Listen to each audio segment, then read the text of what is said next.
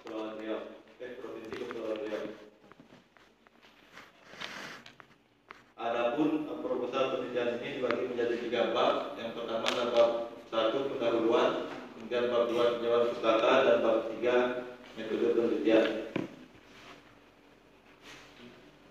Adapun latar belakang dari penelitian ini adalah pendaftaran tanah sistematis lengkap atau PTSL merupakan program pemerintah untuk mengatasi masalah lambatnya pendaftaran tanah di Indonesia yang telah dilaksanakan sejak tahun 2017. Dikutip dari kompas.com pada forum diskusi dan pasar Rabu 1 Februari 2023, mantan Direktur Pengaturan Pendaftaran Tanah dan Ruang Kementerian ATR BPN yang sekarang telah menjabat sebagai Kepala Kantor Wilayah Badan Pertanahan Nasional Provinsi Kalimantan Barat, Ibu Andi Tentriabeng, menyampaikan bahwa sampai saat ini pendaftaran tanah di Indonesia telah mencapai 101 juta bidang tanah. Lebih lanjut, dia mengungkapkan selama 6 tahun pelaksanaan PTSL sejak tahun 2017 hingga 2022 telah terdaftar sebanyak 54,8 juta bidang tanah. Berdasarkan data tersebut, dari perkiraan 126 juta bidang tanah yang ada di seluruh wilayah Indonesia, bidang tanah yang belum terdaftar masih menyisakan sebanyak 25,2 juta bidang. Angka tersebut merupakan target yang harus diselesaikan oleh Kementerian ATR BPN untuk memenuhi atau mencapai tujuan agar terdaftarnya seluruh bidang tanah di Indonesia. Dan oleh karena itu, Kementerian ATR BPN mendorong setiap kantor pertanahan untuk melaksanakan percepatan atau akselerasi dalam pelaksanaan PTSL. Namun, menurut Darmawan 2021, besarnya target yang dibebankan kepada kantor pertanahan tidak diimbangi dengan sumber daya manusia, sarana dan prasarana, sehingga mengakibatkan kendala dalam pelaksanaannya. Untuk itu, setiap kantor pertanahan memiliki strategi dan kebijakannya masing-masing untuk mengatasi kendala tersebut. Kantor Pertanahan Kota Batam sebagai unit pelaksana pemerintahan yang memiliki tugas dan kewajiban untuk mendaftarkan seluruh bidang tanah yang ada di wilayah Kota Batam. Kemudian Kota Batam sendiri memiliki keunikan atau kekhususan dari daerah lain, yakni sebagian besar wilayahnya itu diberikan dengan hak pengelolaan KPL berdasarkan keputusan Presiden nomor 41 tahun 1973. Namun samping itu juga terdapat beberapa wilayah yang berada di luar KPL seperti Kampung Tua dan pulau-pulau di sekitar Selat Malaka dan Selat Singapura. Pada tahun 2022, Kantor Pertanahan Kota Batam melaksanakan PTSL yang meliputi 2 kawasan tersebut, yang mana pada pelaksanaan tersebut menargetkan penerbitan sertifikat hak atas tanah ke sebanyak 13.000 bidang.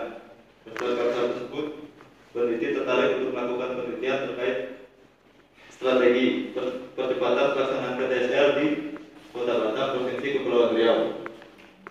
Adapun rumusan masalah dalam penelitian ini adalah bagaimana strategi percepatan pendaftaran tanah sistematis lengkap di Kota Batam, Provinsi Kepulauan Riau, dan yang kedua, apa saja kendala dan solusi saat penerapan strategi percepatan pendaftaran tanah sistematis lengkap di Kota Batam, Provinsi Kepulauan Riau. Berdasarkan rumusan masalah tersebut, tujuan penelitian adalah untuk mengetahui strategi percepatan pendaftaran tanah sistematis lengkap di Kota Batam, Provinsi Kepulauan Riau, dan untuk mengetahui kendala dan solusi saat penerapan strategi percepatan pendaftaran tanah sistematis lengkap di Kota Batam, Provinsi Kepulauan Riau. Adapun kegunaan penelitian ini ada 4. Yang pertama, bagi peneliti adalah untuk menambah wawasan dan pengalaman di bidang pertanahan. Dan yang kedua, bagi Sekolah Tinggi Pertanahan Nasional atau STPN, yakni menambah keilmuan di bidang pertanahan khususnya PTSL, serta menambah perpustakaan di STPN sebagai lembaga pendidikan. Yang ketiga, bagi Kantor Pertanahan Kota Batam, diharapkan mampu menjadi bahan evaluasi terhadap pelaksanaan PTSL serta menjadi masukan dalam penyusunan strategi PTSL berikutnya. Yang keempat, bagi masyarakat, yakni untuk memberikan informasi terkait pelaksanaan PTSL pada masyarakat sehingga dapat meningkatkan minat masyarakat dalam melaksanakan sertifikasi terhadap bidang tanahnya. Adapun keperluan penelitian ini tidak menggunakan 4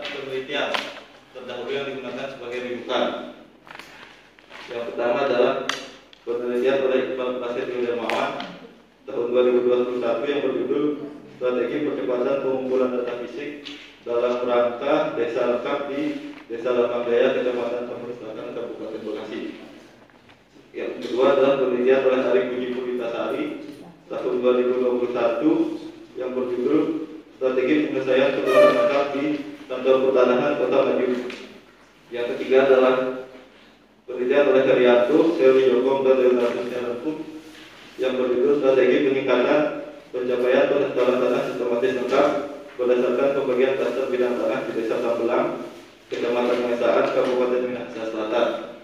Dan yang terakhir adalah penelitian dari Aditya Bayu Handono, Muharib Suatanto, dan Aristiono Nugroho tahun 2020 tentang strategi percepatan peningkatan kualitas data pertanahan di Kantor Pertanahan Kabupaten Karanganyar. Berdasarkan 4 penelitian terdahulu tersebut, kepala penelitian ini terletak pada objek penelitiannya yang mengkaji strategi pelaksanaan PTSL terhadap bidang-bidang tanah yang berada di kawasan HPL dan juga PPL. Selanjutnya bab 2 adalah tinjauan pustaka, yang mana pada bab ini terdapat kerangka teoretik yang digunakan peneliti untuk memotret fenomena yang akan diteliti, di mana berdasarkan kerangka teoretik tersebut menjadi acuan dalam pembuatan kerangka pemikiran atau kerangka konseptual yang dituangkan dalam bentuk bagan tabel kerangka pemikiran. Dapat dilihat pada slide berikut, dimulai dari pendaftaran tanah sistematis lengkap menurut Permen ATR KPPN nomor 6 tahun 2018. PTSL adalah kegiatan pendaftaran tanah pertama kali yang dilaksanakan secara serentak terhadap semua objek pendaftaran tanah di seluruh wilayah Indonesia dalam satu kawasan desa atau kelurahan atau nama lain yang singkat dengan itu, yang meliputi kegiatan pengumpulan data fisik dan data yuridis mengenai satu atau beberapa objek bidang tanah untuk keperluan pendaftaran tanahnya.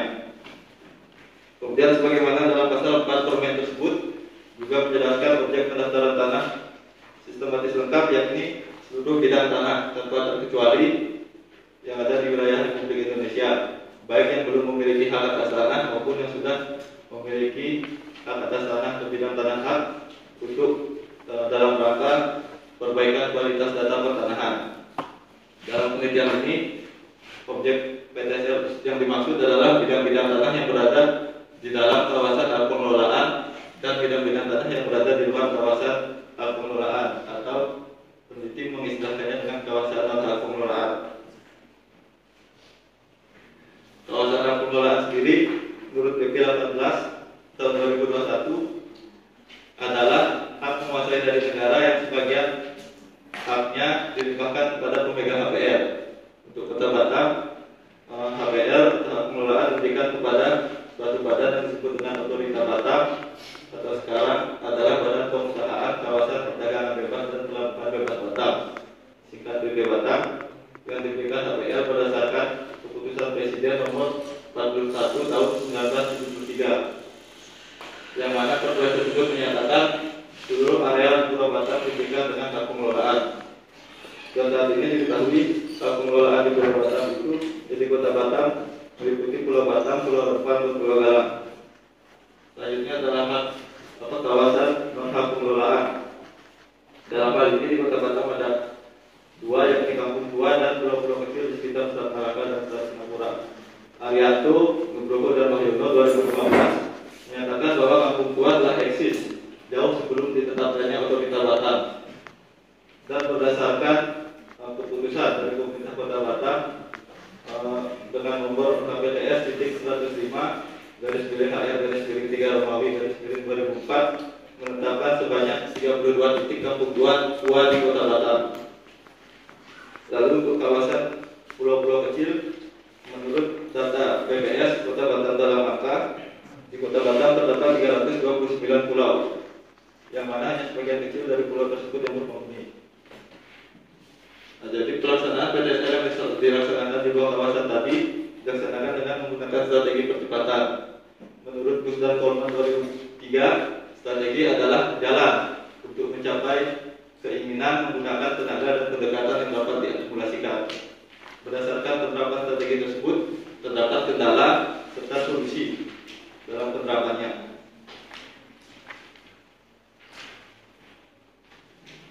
Lanjut ke bab 3 adalah metode penelitian. Penelitian ini menggunakan metode penelitian kualitatif dengan pendekatan deskriptif. Alasan dipilihnya metode penelitian ini karena metode penelitian kualitatif dengan pendekatan deskriptif mampu membantu peneliti untuk menjawab perumusan masalah yang disampaikan pada bab sebelumnya. Adapun penelitian kualitatif menurut Moleong 2005 adalah berfungsi untuk menafsirkan fenomena atau kejadian yang dirasakan oleh subjek kajian yang meliputi sikap, tanggapan, motivasi, aksi, serta hal lainnya menggunakan kaidah deskriptif secara menyeluruh yang dituangkan dalam bentuk kalimat ataupun narasi. Selanjutnya menurut Sanjaya 2013, pendekatan deskriptif bertujuan untuk mendeskripsikan peristiwa atau karakteristik tertentu dan bukan untuk mencari hubungan antar faktor-faktor berpengaruh. Adapun lokasi penelitian secara umum adalah Kota Batam. Alasan dipilihnya Kota Batam sebagai lokasi adalah karena kota ini memiliki karakteristik yang membedakannya dengan kota kabupaten lain seperti yang telah dijelaskan sebelumnya.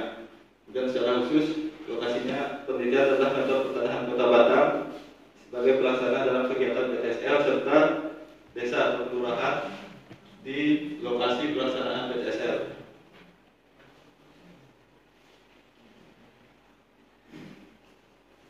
Yang selanjutnya adalah operasionalisasi penelitian, yang mana dalam penelitian ini pertama ditentukan subjek penelitian. Menurut Nugroho 2020, subjek penelitian ditentukan berdasarkan fenomena atau gejala yang akan diteliti. Dalam penelitian ini fenomena yang akan diteliti adalah strategi percepatan BTSL, sehingga subjek penelitiannya merupakan informan yang berasal dari staf dan pejabat kantor pertanahan Kota Batam ataupun dan masyarakat di lokasi atau desa pelaksanaan BTSL. Kemudian pemilihan informan menurut Sugiono dalam Harahap 2020, pemilihan informan merupakan hal yang krusial dalam kaidah penelitian kualitatif. Oleh karena itu, dalam penelitian ini menggunakan teknik pemilihan informan secara purposive sampling atau teknik pengambilan rekor yang disengaja. Dalam hal ini, peneliti menggunakan teknik purposive sampling untuk memilih informan dengan pertimbangan-pertimbangan tertentu. Selanjutnya jumlah informan menurut Moleong 2007, jumlah informan dalam penelitian kualitatif bersifat kondisional, sehingga banyaknya informan ditentukan berdasarkan kebutuhan informasi yang akan digunakan dalam penelitian. Meskipun begitu, dalam penelitian ini jumlah informan ditetapkan sebanyak 15 orang. Langkah keempat adalah penetapan informan, yang mana berdasarkan angka 1 sampai 3 tadi, peneliti menetapkan informan dengan pertimbangan bahwa informan yang dipilih merupakan orang yang dianggap paling tahu mengenai fenomena yang akan diteliti. Adapun informan yang ditetapkan adalah Kepala Kantor Pertanahan Kota Batam, yang kedua Kepala Subbagian Tata Usaha Kantor Pertanahan Kota Batam, Ketua Panitia Adjudikasi BTSL, Wakil Ketua Fisik, Wakil Ketua Yuridis, petugas pengumpul data fisik, petugas pengumpul data yuridis, dan masyarakat di lokasi pelaksanaan BTSL.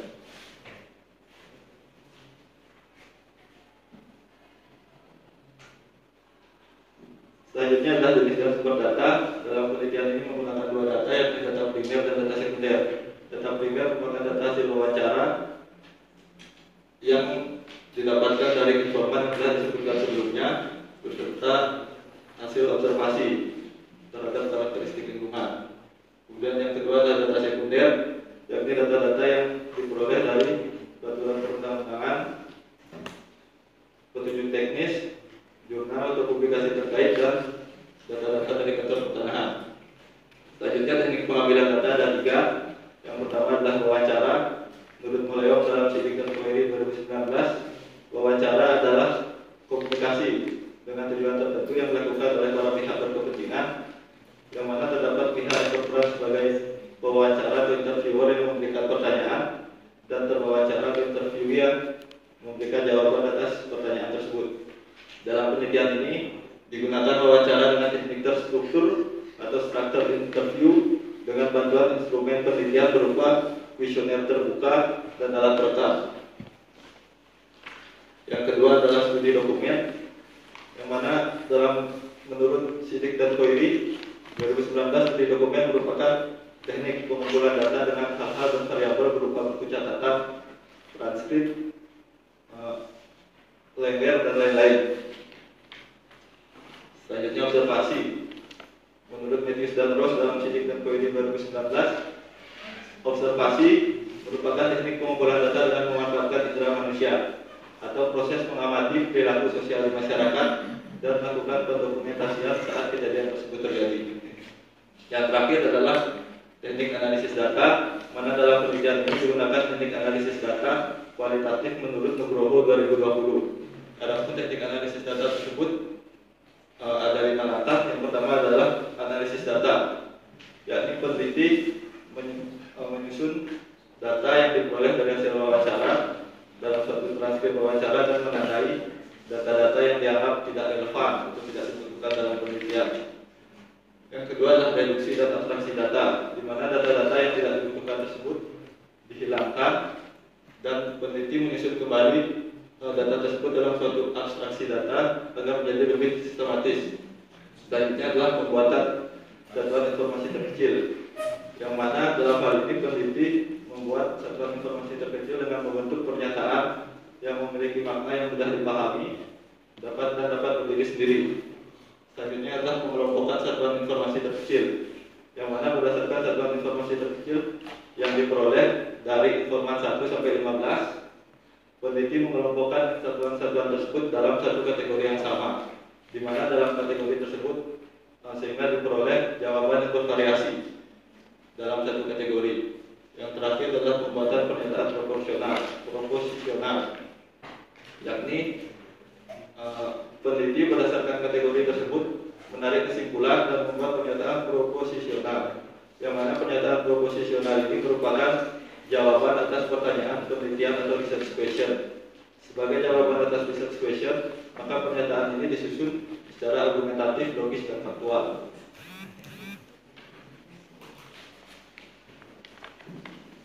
Baik, dengan munculnya slide ini, slide terakhir menandakan presentasi yang disampaikan oleh peneliti telah berakhir. Terima kasih atas waktu dan perhatiannya.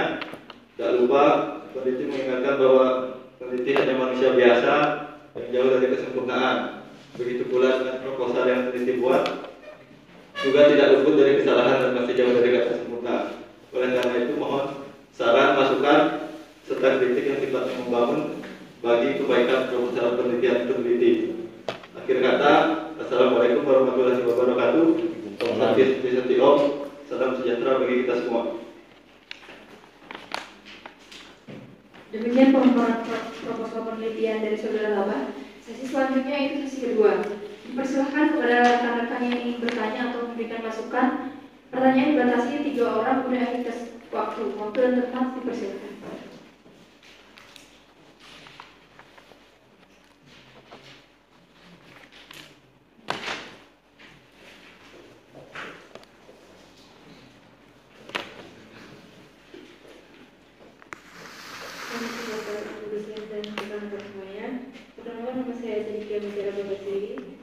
Di sini saya ingin memberikan masukan saja terkait ada beberapa istilah di proposal yang saya baca ini, seperti harusnya singkatan ini ada penjelasan terlebih dahulu apa kepanjangannya, tapi ada beberapa yang langsung menuju ke singkatan tapi sebelumnya belum ada kepanjangannya. Selain itu, penulisan dari kata wilayah atau pertanahan yang belum ada yang nama kabupaten atau kota sebaiknya ditulis dan diberikan semua.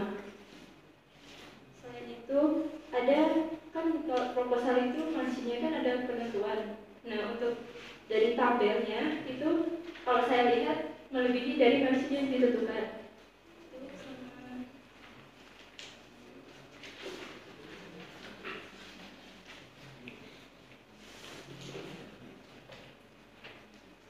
Mungkin sejauh ini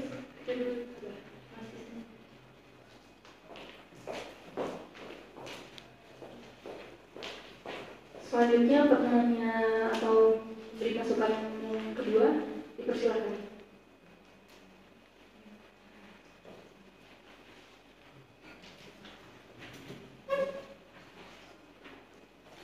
Assalamualaikum warahmatullahi wabarakatuh. Waalaikumsalam warahmatullahi wabarakatuh. Mohon izin Bapak Ibu dosen, perkenalkan nama saya bersama Lati Sufitasana, NIP 19283190, Prodi Diploma 4 Pertanahan semester 8.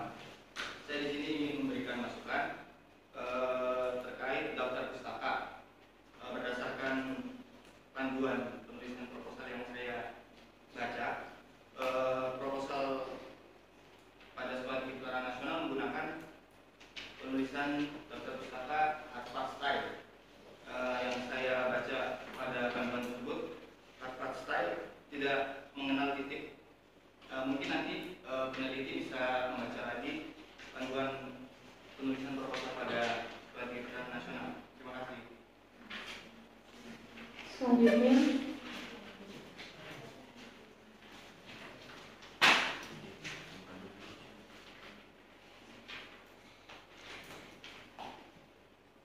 Izin Bapak Ibu dosen, perkenalkan nama saya Muhammad Halidito Prasojo, taruna diploma 4 tingkat 4. Saya ingin menanyakan sebuah mungkin pertanyaan kepada calon peneliti terkait dengan informan atau orang yang akan diwawancara.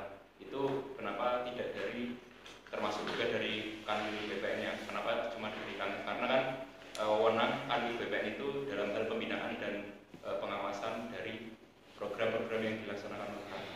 Sekian, terima kasih.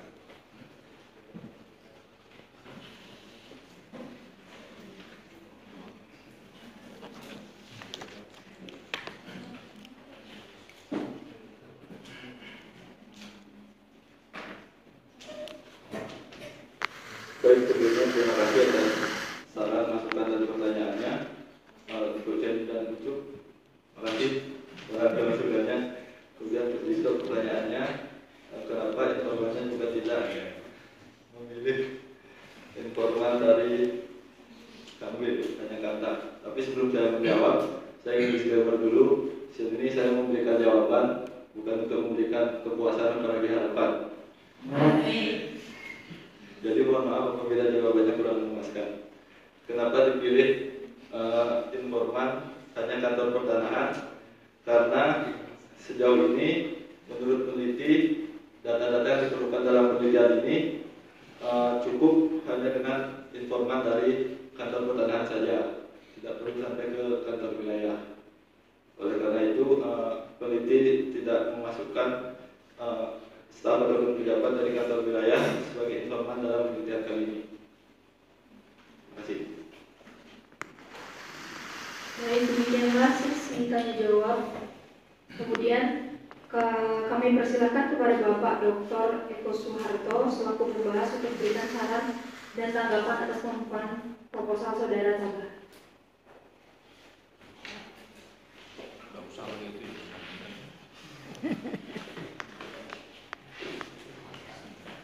Assalamualaikum warahmatullahi wabarakatuh. Waalaikumsalam warahmatullahi wabarakatuh. Pertama-tama selamat kepada Iwayan Tabah Ananta Suara karena proposalnya sudah ditandatangani. Artinya itu adalah bagian dari salah satu tahapan yang sudah dilalui. Artinya bahwa Anda sudah dianggap mampu untuk melakukan sebuah proses penelitian yang akan Anda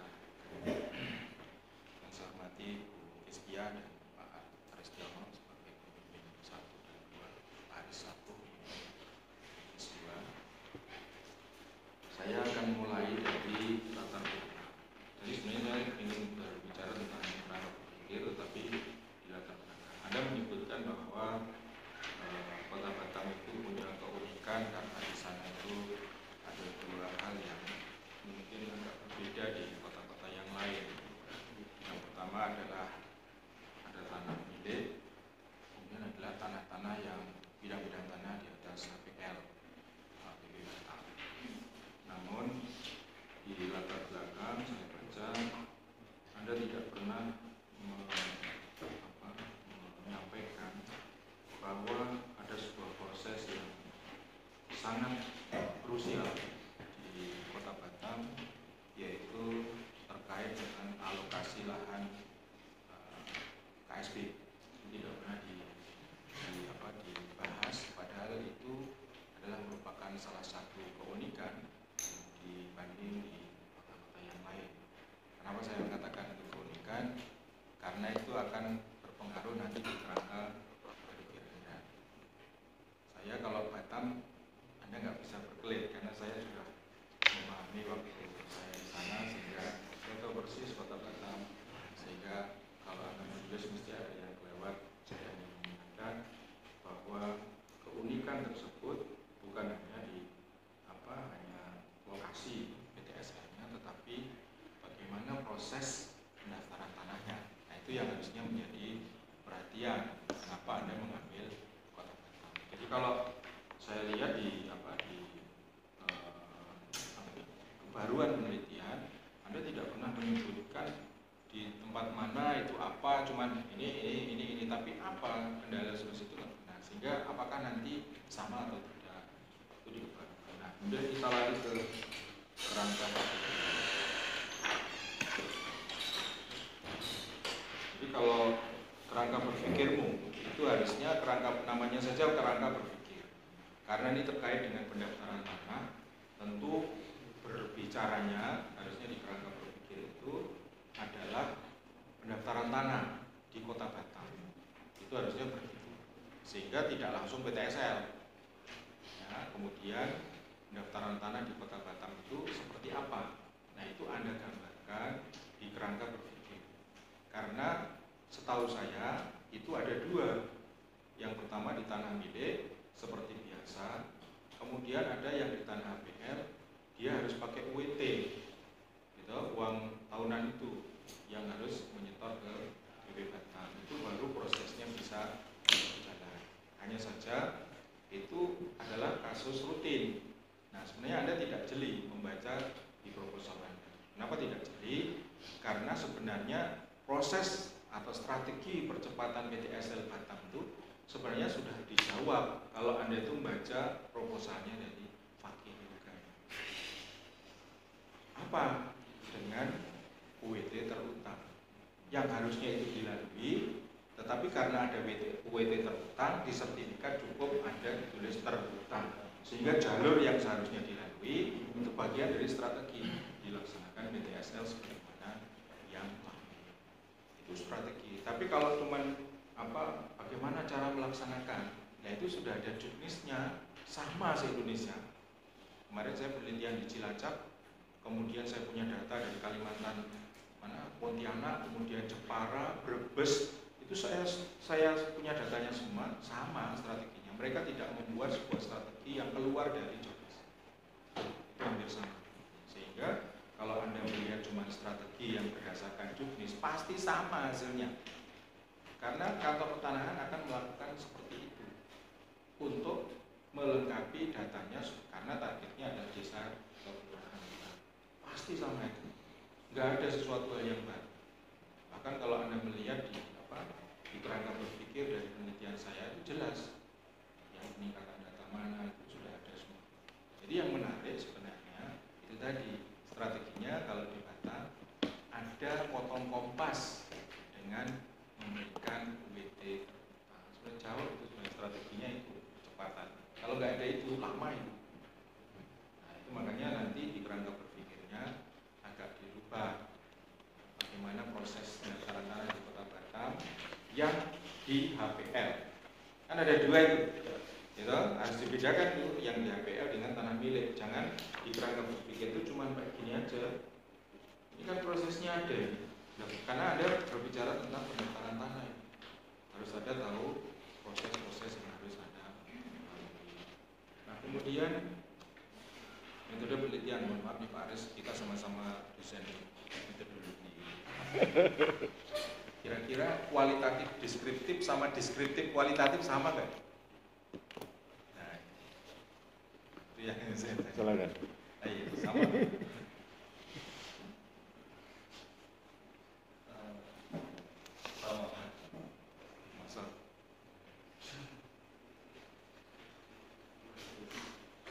Tahu saya, jadi metodenya adalah deskriptif, pendekatannya kualitatif.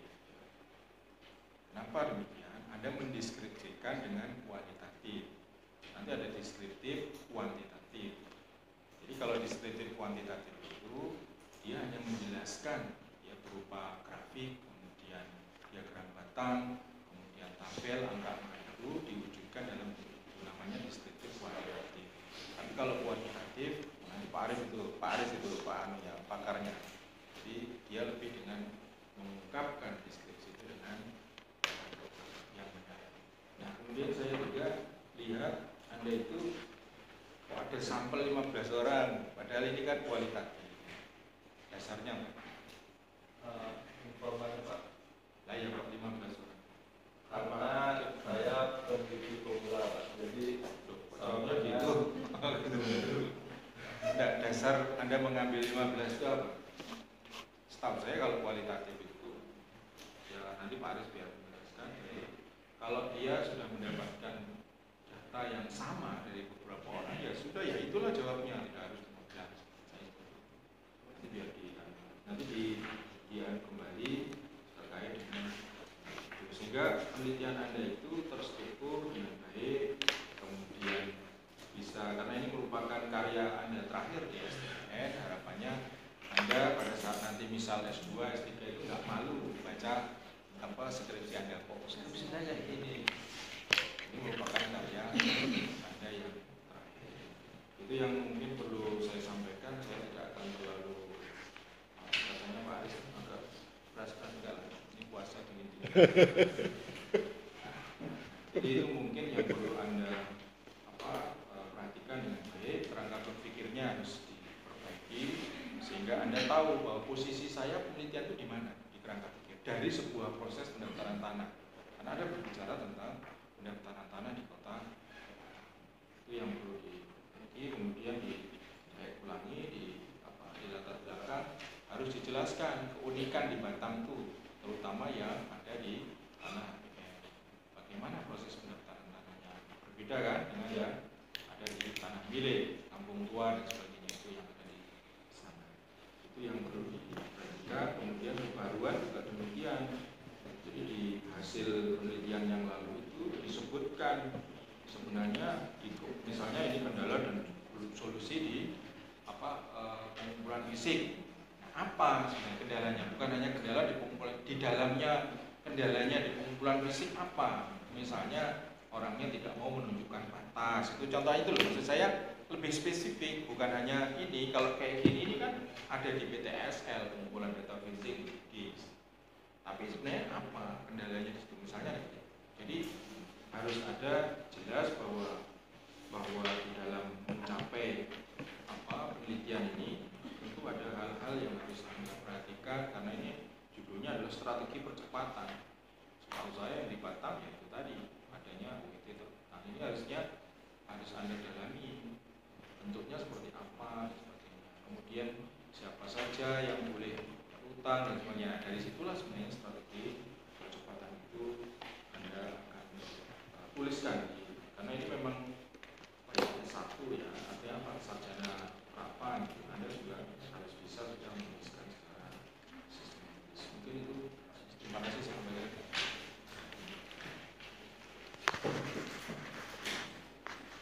Baik, terima kasih kepada Bapak Dr. Eko Suharto atas tanggapan dan sarannya. Selanjutnya diserahkan kepada Bapak Aris kepada Ibu Sri Setia untuk memberi tanggapan dan saran. Pakai mic. Kurang keras suaranya. Assalamualaikum warahmatullahi wabarakatuh. Waalaikumsalam warahmatullahi wabarakatuh.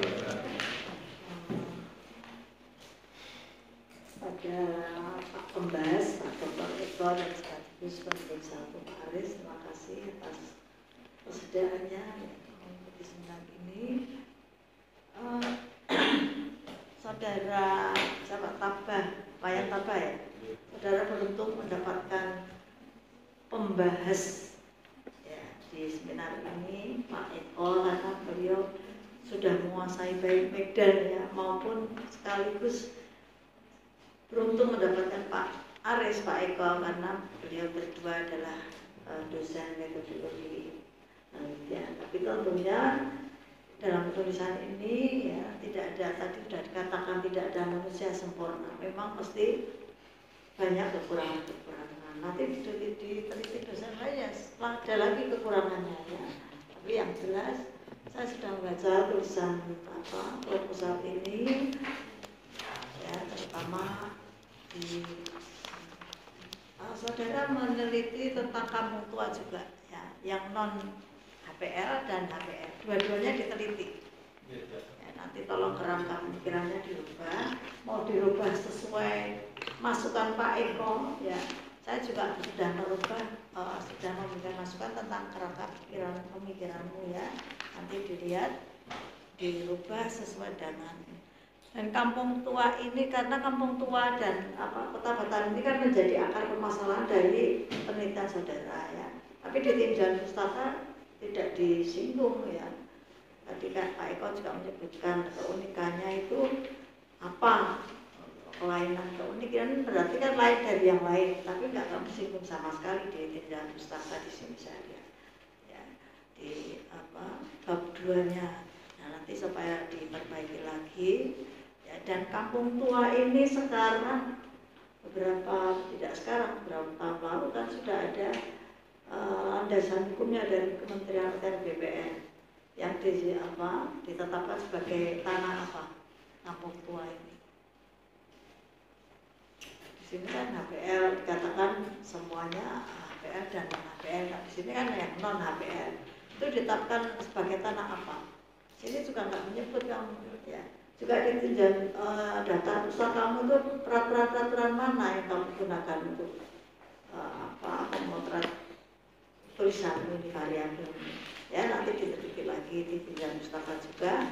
Dan ini sudah ada Kementerian peraturan ATL BPN yang menyebut bahwa sekarang kampung tua itu sudah ditetapkan sebagai tanah adat ya. Jadi nanti supaya juga disinggung karena ini menjadi objek penelitianmu sebagai akar permasalahan dari penelitian ya. Jadi nanti beberapa catatan terutama dari Pak Eko tadi sudah cukup banyak membahas itu, saudara catat. Dan yang paling penting saudara harus menyusun secara rinci, secara rapi data-data yang ingin saudara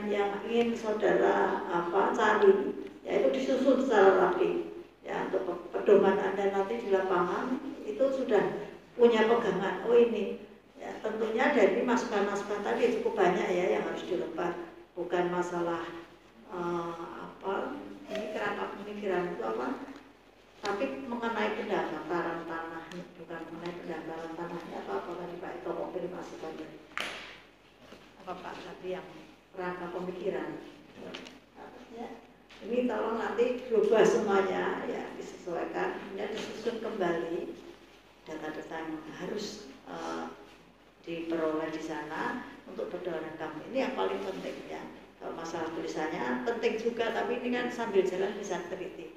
Tapi yang penting data-data yang harus diperoleh itu yang perlu dicatat ya, supaya nanti tidak ada kelewatan kalau sudah di lapangan untuk hasil penulisan skripsi atau hasilnya itu nanti ya. Metode-metode tadi sudah diberi masukan juga oleh Pak Eko untuk dirubah ya.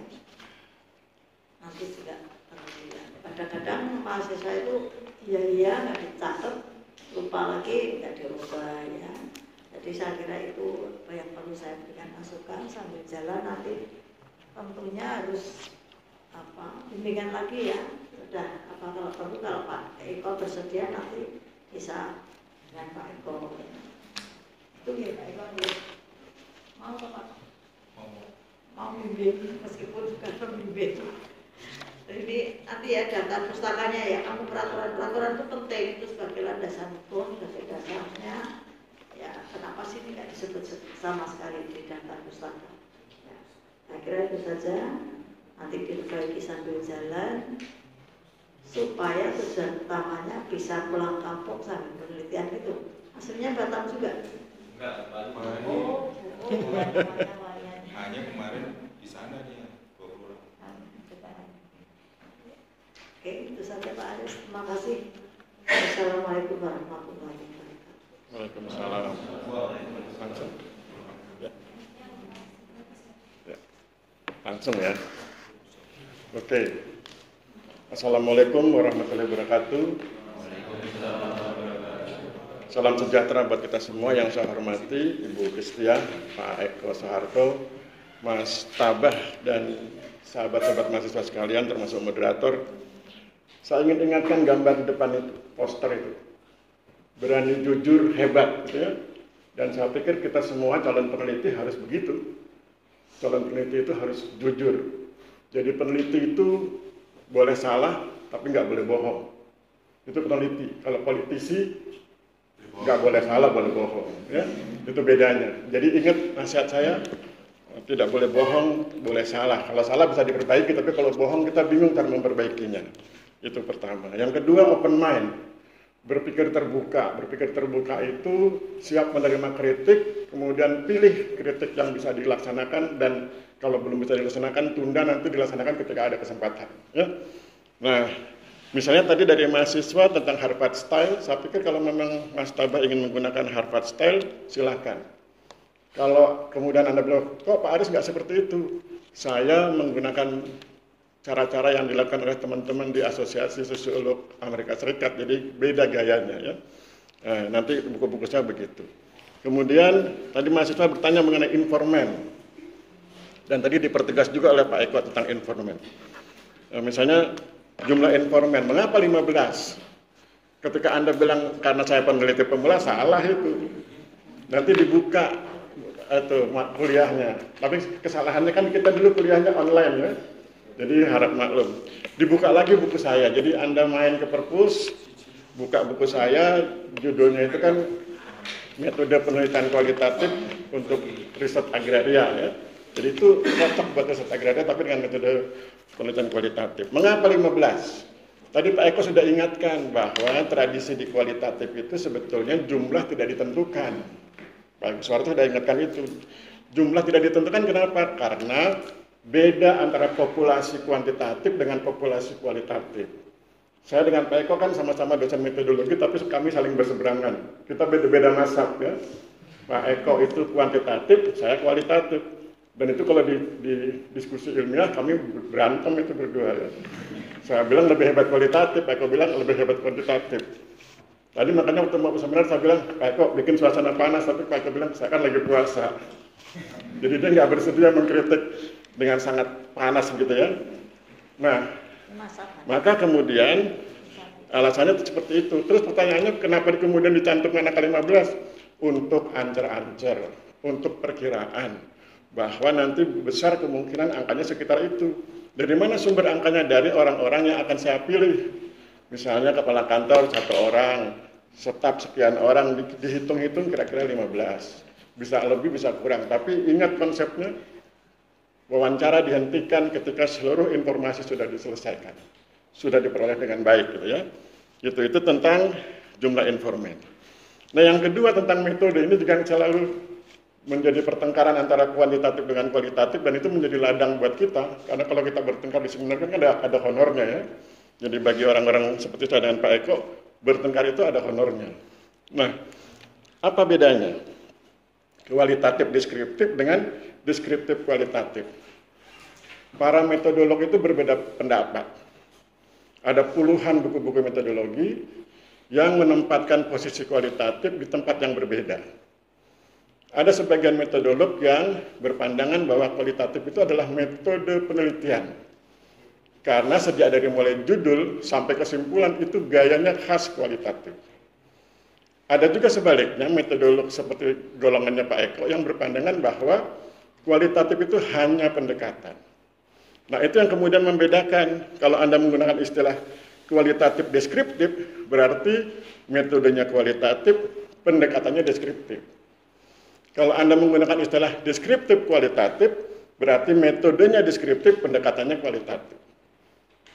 Nah, saya memang paksa Tabah untuk gunakan metodenya kualitatif, pendekatannya deskriptif, bukan sebaliknya. Ya. Kenapa? Karena itu lebih tepat untuk menggali informasi yang ada kalanya tidak nampak di permukaan. Jadi kan Pak Eko sudah ingatkan, kalau soal strategi sudah ada kebijakan tentang konsep terhutang. Kalau soal strategi nggak mungkin mereka keluar dari juknis. Karena Pak Eko kan mantan kepala kantor, jadi dia tahu kalau keluar dari juknis bakal dipecat. Ya. Maka tentu tidak akan keluar dari juknis. Bagaimana seorang peneliti bersikap? Ciri khas peneliti adalah curiga, curious, curiga. Orang-orang seperti saya nggak akan pernah percaya dengan orang lain dalam konteks ilmuwan, ya, dalam konteks ilmu pengetahuan. Meskipun juknisnya sama, Anda harus cerdas mewaspadai. Ada yang disebut dengan behind the fact, kisah di balik fakta. Beberapa penelitian saya membuktikan bahwa dengan juknis yang sama, tapi ada behind the fact. Contoh, ada poin tentang penyuluhan atau sosialisasi. Kemudian kita tahu di wilayah tersebut, misalnya Anda kepala kantor, Anda tahu di wilayah tersebut sangat resisten terhadap kebijakan pertanahan. Maka Anda tidak ujuk-ujuk sosialisasi. Anda bikin operasi senyap. Apa itu? Melobi sana-sini, datang ke warung, ngobrol, was-was. Kemudian sesudah dekat, baru kemudian sepakat, baru bikin sosialisasi. Ngobrol di warung was-was, ngasih hadiah kepala desa, kemudian bercanda dengan anak-anak di desa itu, bergaul dengan karang taruna, diskusi dengan para preman di kampung itu nggak ada di Juknis, tapi itu behind the fact. Nah, hal-hal semacam itu yang harus diungkap oleh Mas Tabah, yang behind the fact, di balik fakta, di belakang Juknis itu, di belakang tahapan yang dibilang Juknis itu. Nah, itu ciri khas kualitatif. Kalau orang-orang kuantitatif kan mainnya di Juknis, kemudian dihitung berapa kali. Kalau kualitatif behind the fact-nya itu. Kekuatan kualitatif pada kemampuannya melacak behind the fact. Sesuatu yang ada di belakang fakta. Ya? Nah, itu yang kemudian saya pikir saya bersikukuh Mas Tabah gunakan metode penelitian kualitatif dengan pendekatan deskriptif, tetapi kemudian hormati setiap masukan, terutama dari Pak Eko tentang kerangka pemikiran. Ketika tadi Pak Eko menerangkan, saya pikir it's okay. Kerangka pemikirannya perlu dilengkapi, karena memang Batam itu unik. Nah nanti, maka kemudian nasihat berikutnya adalah, selesai acara ini, minta waktu ke Pak Eko, kapan bisa diskusi dengan beliau dengan detail, ikuti nasihatnya, kecuali yang metode ya, kalau metode ikuti nasihat saya. Ya, nah kemudian sesudah itu, mari kemudian kita berdoa mudah-mudahan penelitian Tabah berhasil, dan bisa berkontribusi buat ATR BPN ya. Saya pikir begitu, terima kasih. Mudah-mudahan sukses, saya kembalikan pada moderator. Terima kasih.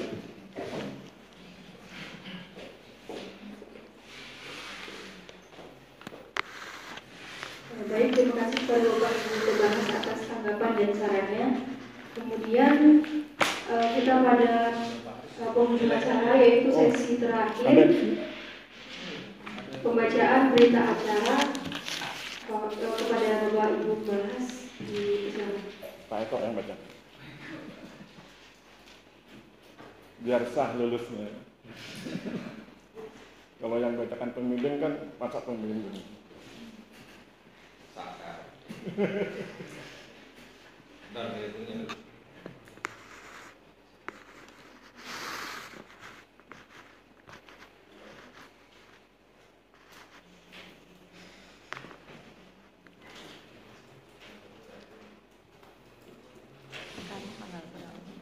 Sekarang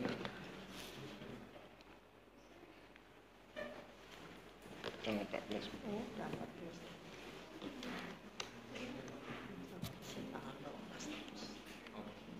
Oh, ya Pak, yes.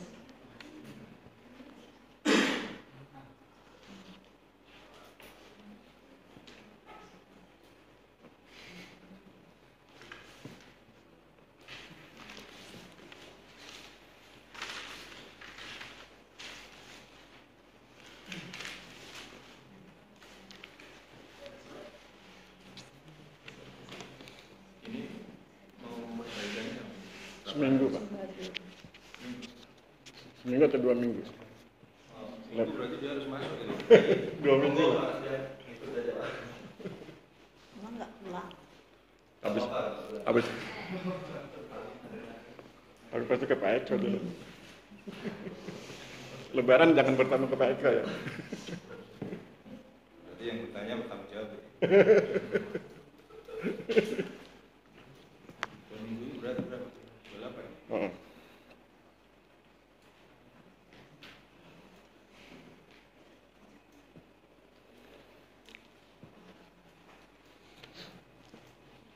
Ada waktu penelitiannya. Kosong aja. Mana mikrofonnya? Pak Eko.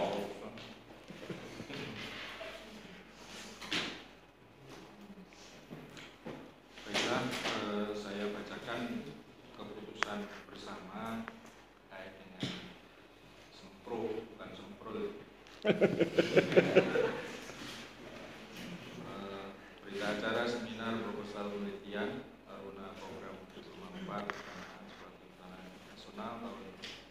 akademik 2022-2023. Pada hari ini Jumat 14 April 2023 bertempat di ruang rapat perpustakaan telah dilaksanakan seminar proposal penelitian taruna program tempat tanah sebagai berikut. Nama Iwayan Tambah Ananta Suara. NIM 1928355. Judulnya skripsinya adalah strategi percepatan PTSL di Kota Batam. Hasil seminar diterima dengan perbaikan.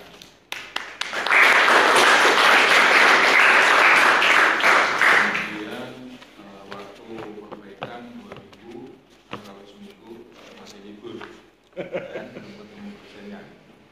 Mulai tanggal hari ini sampai tanggal 28 April. Tambah 14 hari dan 28. Mungkin itu yang bisa saya sampaikan. Nanti segera saja untuk komunikasi dengan yang terkait dengan perbaikan proposal. Terima kasih.